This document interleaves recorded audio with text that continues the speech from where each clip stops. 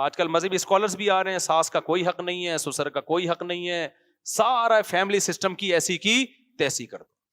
ایک مذہبی اسکالر ہے, وہ بتا رہے تھے کہ عورت کما بھی سکتی ہے. ہم نے تو بیان دیا نا کہ عورت نہیں کما سکتی اگر شوہر کی پرمیشن نہیں ہے, کیونکہ اس کا نان نفقہ جو شوہر کے ذمے ہے وہ اسی لیے ہے کہ بھائی تم گھرداری کرو گی, بچے پیدا بھی کرو گی, ان کو پالو گی بھی, اور گھر کے سارے کام تم سنبھالو گی, اور باہر کے سارے کام کون سنبھالے گا؟ میں. یہ اسلام کی تقسیم ہے. وہ ایک بڑے لبرل قسم کے اسکالر ہیں, انہوں نے بیان دیا کہ نہیں جی, عورت اگر جاب کرنا چاہے تو مرد اس کو نہیں روک سکتا.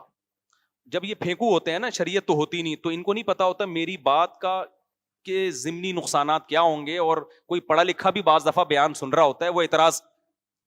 اچھا, انہی اسکالر سے پوچھا گیا عورت کا نان نفقہ کس کے ذمے ہے, تو انہوں نے کہا شوہر کے ذمے. تو کسی نے کہا حضرت میں نے آپ کا پہلے نیچے کمنٹس میں لکھا ہوا تھا کہ ایک طرف شوہر کے ذمے بھی نان نفقہ ہے اور وہ خود بھی کمائے گی, تو یہ کرے گی کیا بیٹھ, یعنی شوہر کے کس کام کی ہے پھر یہ؟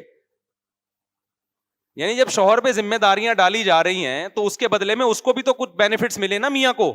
اس کو کچھ بھی نہیں, وہ جب گھر پہ آئے گا تو بیگم گئی ہوئی ہیں آفس. وہ نسل اس لیے نہیں بڑھا رہی کہ بھائی میرے اصل میں ایکچولی آفس میں کام اتنا زیادہ ہے, میں بچے نہیں پال سکتی نا, میری کلینک ہے, ایکچولی میں نے پیشنٹس کا علاج کرنا ہے, میرا آپریشن ہے وہاں ایک سیریس, وہ وغیرہ وغیرہ 20 قسم کے مسائل ہو سکتے ہیں. جیسے وہ ایک اسکالر نے فتویٰ دے دیا کہ جی آپ جو ہے نا کورونا کے دنوں میں امامت کر سکتے ہیں آپ ویڈیو کال کے ذریعے بھی.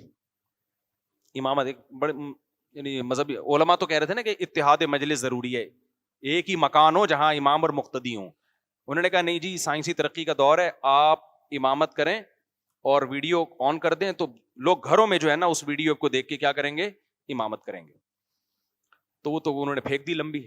لوگ کہہ رہے ہیں یہ ہیں پڑھے لکھے مولوی, اور یہ جو دقیانوس قسم کے مولوی, خلافت عثمانیہ کو برباد کرنے والے بھی یہ دقیانوس مولوی اور وغیرہ وغیرہ نا, یہ سائنس اور ٹیکنالوجی کے ساتھ نہیں چل سکتے, یہ بس چاہتے ہیں اپنی دکانیں. ایسے لوگوں کی کمنٹس. تو کسی پڑھے لکھے نے اس پہ کلپ بنایا, اس نے کہا یار ایک آدمی اسلام آباد میں ہے امام, وہ وہاں نیت مانتا ہے امامت کی, اور لائیو ویڈیو چل رہی ہے, کراچی والے بھی دیکھ رہے ہیں, وہ یہاں نیت باندھ لیتے ہیں. قبلہ کراچی سے جو ہے نا 1000 کلومیٹر قریب ہے, اور اسلام آباد سے 1000 کلومیٹر تقریباً دور ہے. تو امام پیچھے نہیں ہے بلکہ 1000 کلومیٹر پیچھے مقتدیوں سے کھڑا ہوا ہے. یہ کون سی امامت کی قسم ہے یار, کہ امام جو ہے نا پیچھے اور آدھے مقتدی. یہ تو وہی ہو گیا بیٹا کس کو جن رہا ہے, اپنے باپ کو پیدا کر رہا ہے. تو اس کے بعد سے پھر ان کا نیا کلپ نہیں آیا.